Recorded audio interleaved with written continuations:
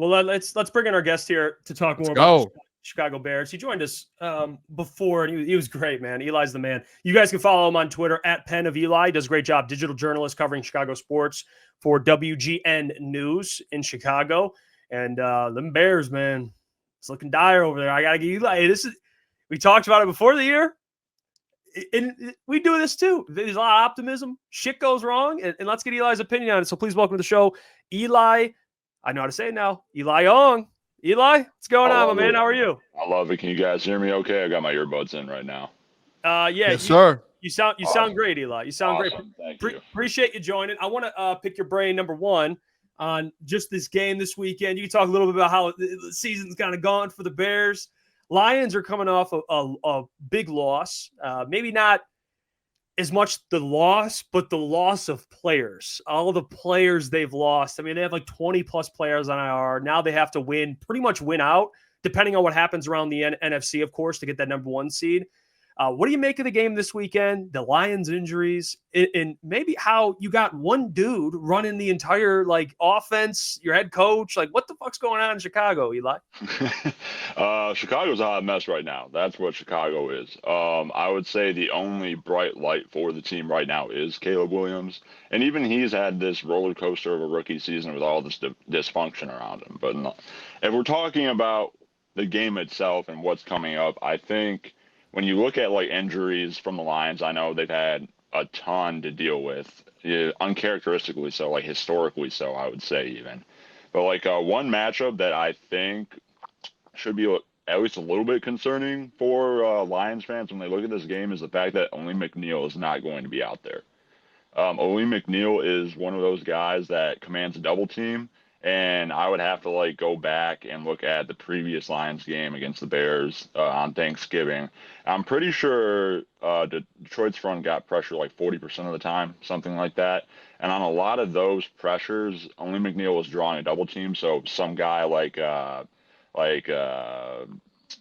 Muhammad gets a one-on-one and gets to beat his man, gets a sack. The new guy you acquired on the edge. I can't think of his name. There's a lot. Smith. There's a lot. Yeah. Zadarius Smith. Smith they got. Smith, thank you. A lot of new names. But I think Elaine McNeil is going to be a big player missed up front. And now it's not gloom and doom or anything because the Bears are obviously not anywhere near what they want to be right now. And their offensive line is still a shit show, for lack of a better term.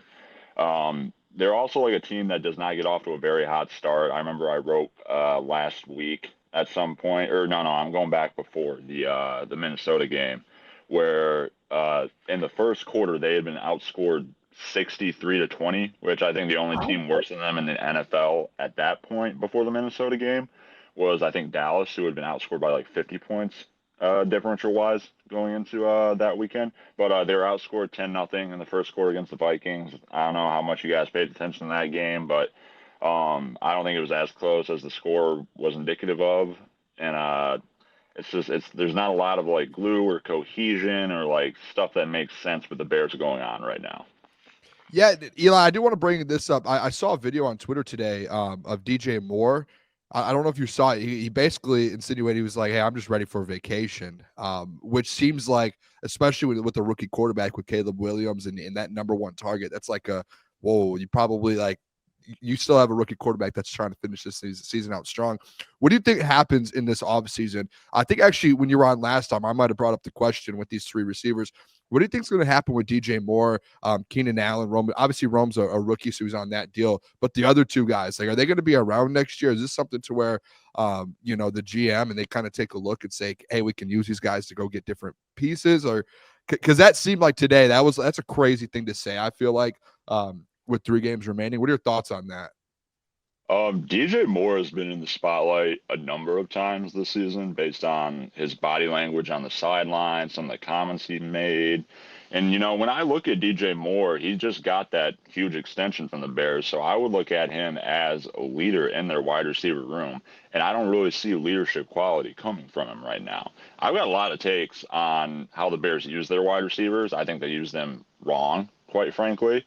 I think Rome Odunze should be much more of a vertical threat in their offense because he creates separation better than Keenan or DJ do. DJ is he's a yak monster, kind of like not in the same vein as Amon-Ra. He's a little bit bigger, a little bit more muscular, and I think Amon-Ra is a little bit more twitchy than DJ. DJ is just he's a little bit more brutish, but like he's a guy you get into quick space on screens and like those 5-yard little out routes, and he like creates opportunities on his own. Keenan is like an intermediate like technician. He'll give you great separation on like 10-yard slants or like cut-ins and that type of stuff, but like they've been putting DJ in these like double move situations all year long, where he just looks goofy, for lack of a better term. Like he has so much trouble getting off his man and like man-on-man coverage or one-on-one, and then you'll have like Rome off to the side, third option on like a curl route or something like that. It never makes any sense. But as for like what they see or like what I see from this like group, this wide receiver room, like this offseason, I think Keenan Allen's in the last year of his deal. I don't know if he's going to be around next year. I wouldn't anticipate him being around. He probably wants to finish out his career in a situation with a much more friendlier passing attack, whatever that may be or where he goes. He hasn't had the greatest season himself, so that's to be determined. DJ and Rome are going to be here for a while because DJ just signed that 4-year extension last offseason, so he's in it for the long haul. So whatever coach they bring in, a lot of conversation in Chicago has always been around like Ben Johnson and to a lesser extent Aaron Glenn. That'll be solved once the season's over with. But they're going to have to like come in and kind of like reel DJ back in a little bit because I feel like he's checked out a little bit. You know, Deion Sanders, one of football's favorite personalities, uses this term called, I think it's called the moving truck games or something like that, the U-Haul games, or where everyone's ready to pack their stuff up and leave for another setting. And like, that's exactly what came out in that video. So, you know, it's kind of disappointing to see because he's one of those players that hasn't, up until the season, been one to create headlines or talk. He was, especially last year with Justin Fields, all business, one of the better wide receivers in the NFC. And like, it's kind of been a different chapter in his book this year. Well, speaking, you brought up Ben Johnson, and he just had his press conference the other day, and ironically, a Chicago Bears beat writer drove all the way up to Detroit to ask him a question, and you could tell it's like it's getting to that point where the Lions' season, whether they win the Super Bowl or not, people are going to want to get their hands on Ben Johnson, get him in the building in some capacity. He's going to have tons of teams reaching out to him. Now, I don't know if he wants to depart this year, stay another year. Kind of in your opinion, as someone who kind of covers the Bears, I know Aaron Glenn's going to be a hot commodity too, but knowing kind of assuming where the Bears are going to want to go, what's kind of the Bears, Chicago's perspective on how bad they want a guy like Ben Johnson? Or is there maybe a plethora of targets to where it's like Ben and others? Or is it like, we got to get this guy from the Lions? So where does he rank among head coach candidates, Bears fans and Bears media want? There was some guy that claimed sources, I forget his name off the top of my head, that there were 4 primary candidates. It was Ben Johnson from Detroit. It was Joe Brady from the Bills. It was Mike Vrabel. And I think the fourth one was Liam Cohen, who is the offensive coordinator for the Bucs. So, like, sources tell me those are the 4 main candidates the Bears are considering, said person that claims to be an NFL insider a couple weeks ago, which are the 4 candidates that would make sense, honestly. Vrabel, like, regardless of who they go with, I think they need someone that is a strong personality at the head of their ship, because when you look at guys like the 2 that they've gotten rid of this year, their offensive coordinator, Shane Waldron, and also Matt Eberflus, they're well put together dudes. They're nice guys. They always say the right things, but there's not really energy or like punch to them. Not like in the sense, well, Thomas Brown has been a pleasant change of character because like or a breath of fresh air, because his first introductory press conference, he stepped up to the mic and was like, wow, all right, this guy's ready to go. No nonsense, all business all the time. But like, even at this point in the season, I don't know how much he's going to get out of the roster, but you know, it all really just comes back to what the McCaskies want to do too. They're an ownership group that's not known for spending money or giving power to the right people.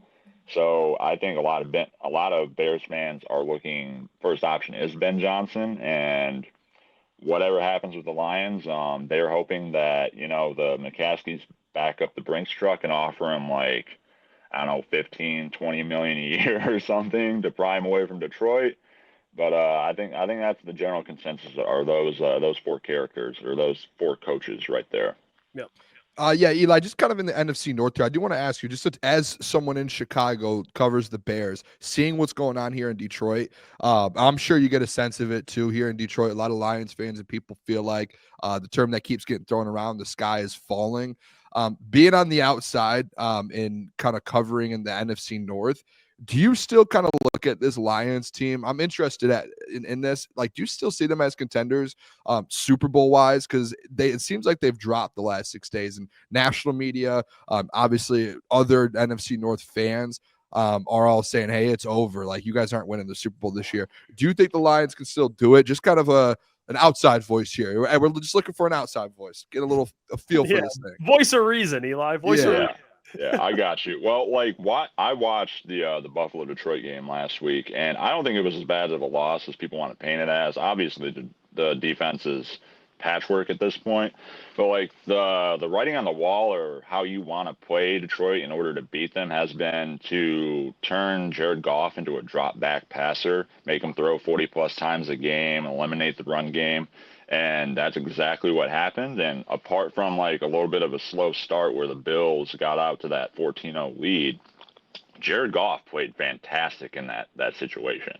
Like going into that game, I would have argued, the Lions are a fire-breathing dragon on offense. They're Smaug from like The Hobbit. Like the one chink in their armor can be. I'm stealing this from Benjamin Solak, who is a fantastic NFL content creator. He called the Lions Smaug on offense. I'm like, that makes sense because they're so dangerous all the way around. And the only little chink in their armor is getting Jared Goff off his base and turning him into a drop back passer. He's going to have those turbo pumpkin throws where they turn into wobblers and you can pick them off here and there. But like he threw what? Like 55, 60 passes, and then he ended up throwing 400 some yards and 5 touchdowns, no turnovers.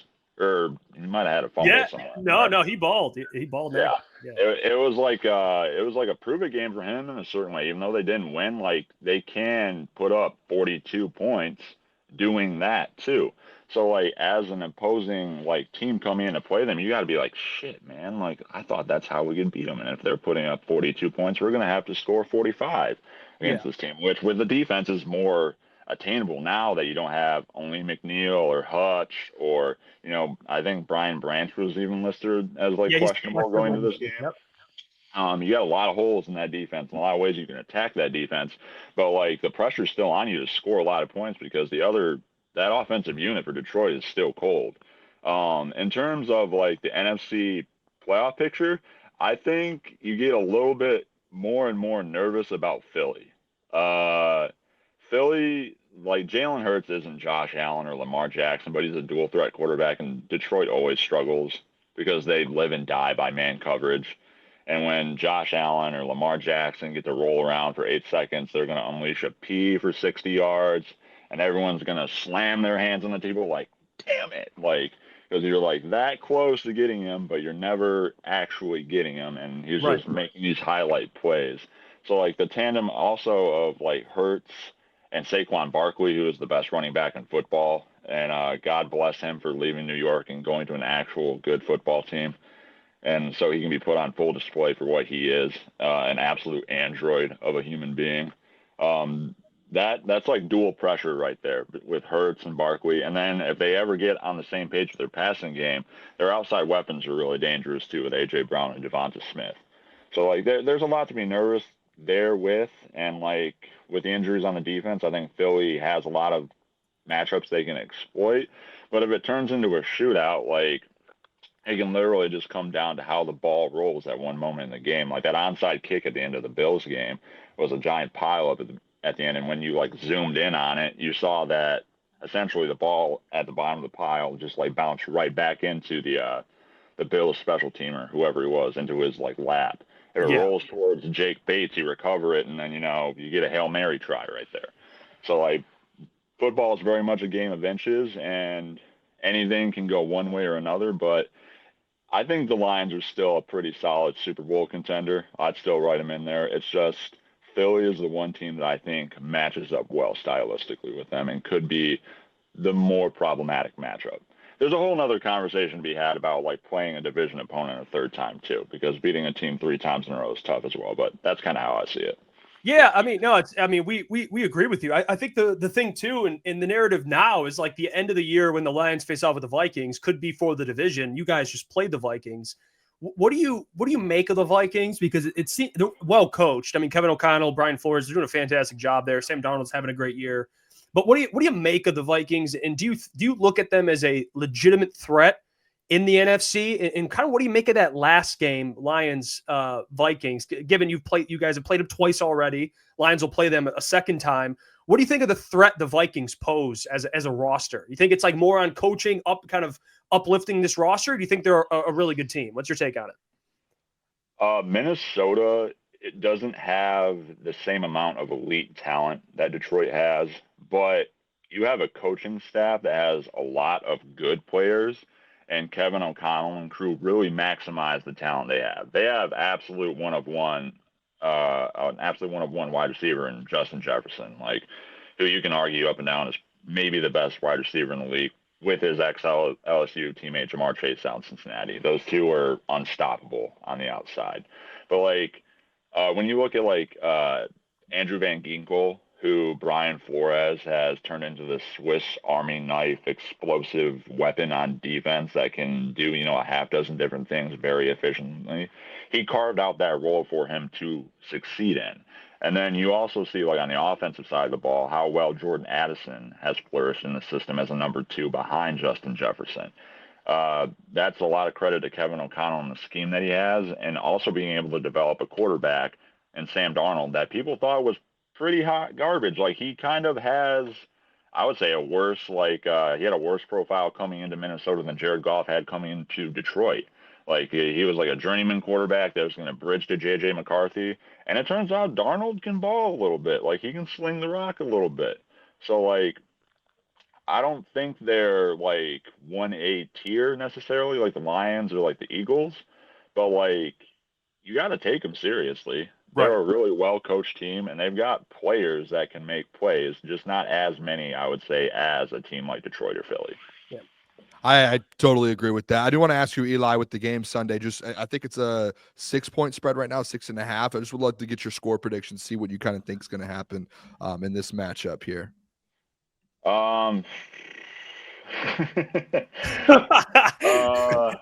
See, like, there's a little piece of me that felt like Matt Eberflus really knew how to coach his defense against Detroit, and now that he's gone, I don't know how well the defense is going to handle the Lions. That's a great point. There's a little less confidence in there for me from the defensive perspective, because I think Eberflus had some pretty good game plans coming in against Detroit to be able to hold them to so many field goals and stop them in the red zone at X, Y, and Z points in a game, like on Thanksgiving. So, like, 6-point spread, like, you go back to the DJ Moore, like, video and how, he's basically ready for vacation. A lot of this roster's got to be checked out at this point, because not even Thomas Brown and all his juice and enthusiasm has been able to galvanize a great performance out of them yet. So, if you're asking me for, like, a score prediction, since Detroit's defense is still nowhere near even like half as healthy as they want to be, I'll say it's probably going to be like 35-24, something like that, in favor of the Lions. 35-24, 38-27, something like that. Caleb Williams is still going to have like a handful of plays where he unleashes a rocket for a 40-yard gain through like a dinner plate sized window, and everyone's going to be like, wow, like Chicago might have something here. Like, but at the end of the day, his offensive line's going to have like 5 false starts. They're going to have a couple of illegal formations. There's going to be a consequential play at the goal line where one of the linemen get called for a holding on a rushing touchdown, like what happened last week. And they're going to shoot themselves in the foot or find a way to do so at least 2 or 3 different times in crucial situations, because that's just been the MO on the Bears this year.